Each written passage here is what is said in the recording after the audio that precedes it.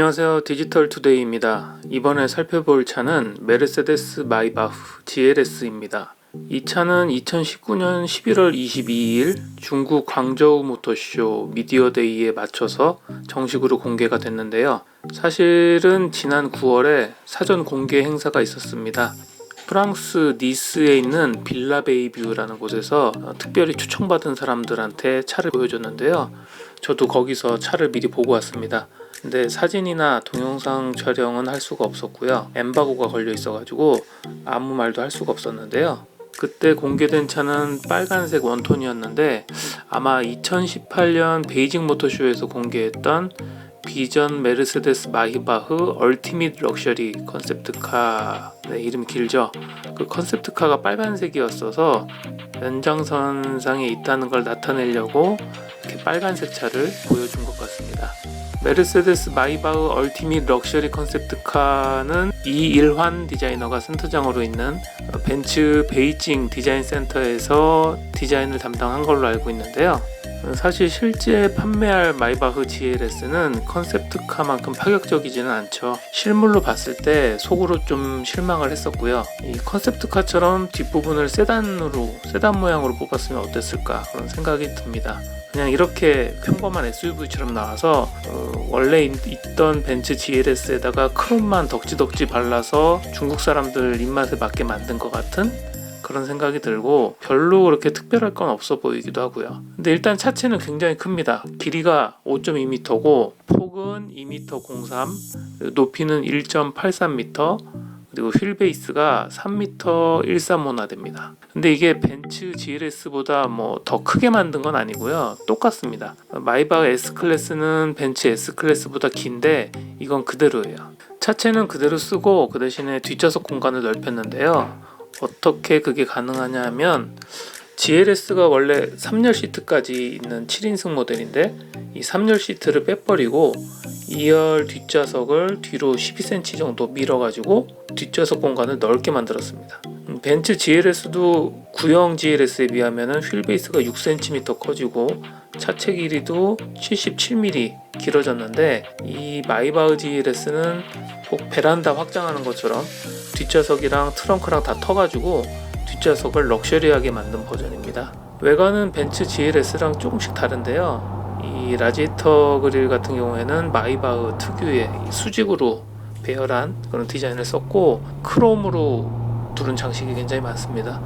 이 스키드 플레이트, 앞범퍼 밑에 스키드 플레이트나 통풍구 장식, 루프 레일도 크롬이고 창문 테두리도 크롬으로 다 둘렀고요. 근데 옆에 창문을 보면 B필러 부분은 크롬으로 이렇게 강조를 했는데 이 C필러는 또 까만색이에요. 그래서 뒤쪽이 길어 보이는 리무진처럼 길어 보이는 효과를 냈습니다. 그리고 GLS를 카센터에서 튜닝한 것처럼 이렇게 블링블링한 휠을 끼웠는데요. 이 휠 사이즈는 기본이 22인치고 제가 본 차 같은 경우에는 23인치 휠을 끼웠습니다.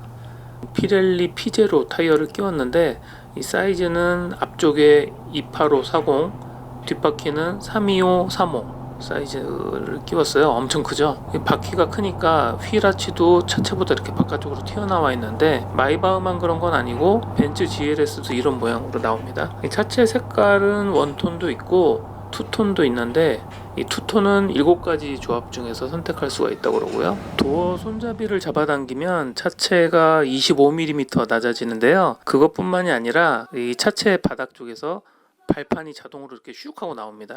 근데 이 발판도 길이가 2m나 되고요. 이게 접혀 있을 때는 차 디자인에 완전히 통합이 돼가지고 밖에서 봤을 때 전혀 티가 나지 않아요. 운전하는 사람이 이 MBUX를 통해서 접거나 펼 수도 있습니다. 제일 끝내주는 거는 아무래도 뒷좌석인데요.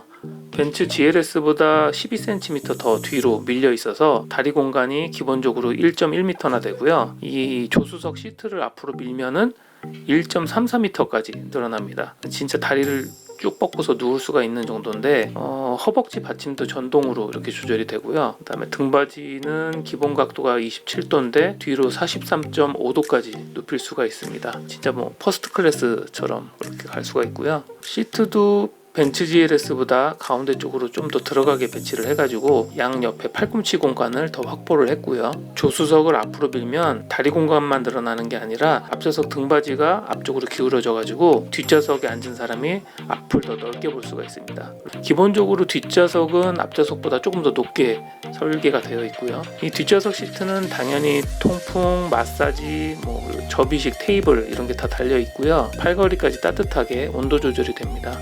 샴페인 잔을 보관할 수 있는 홀더, 여기도 온도 조절 장치 달려 있고요.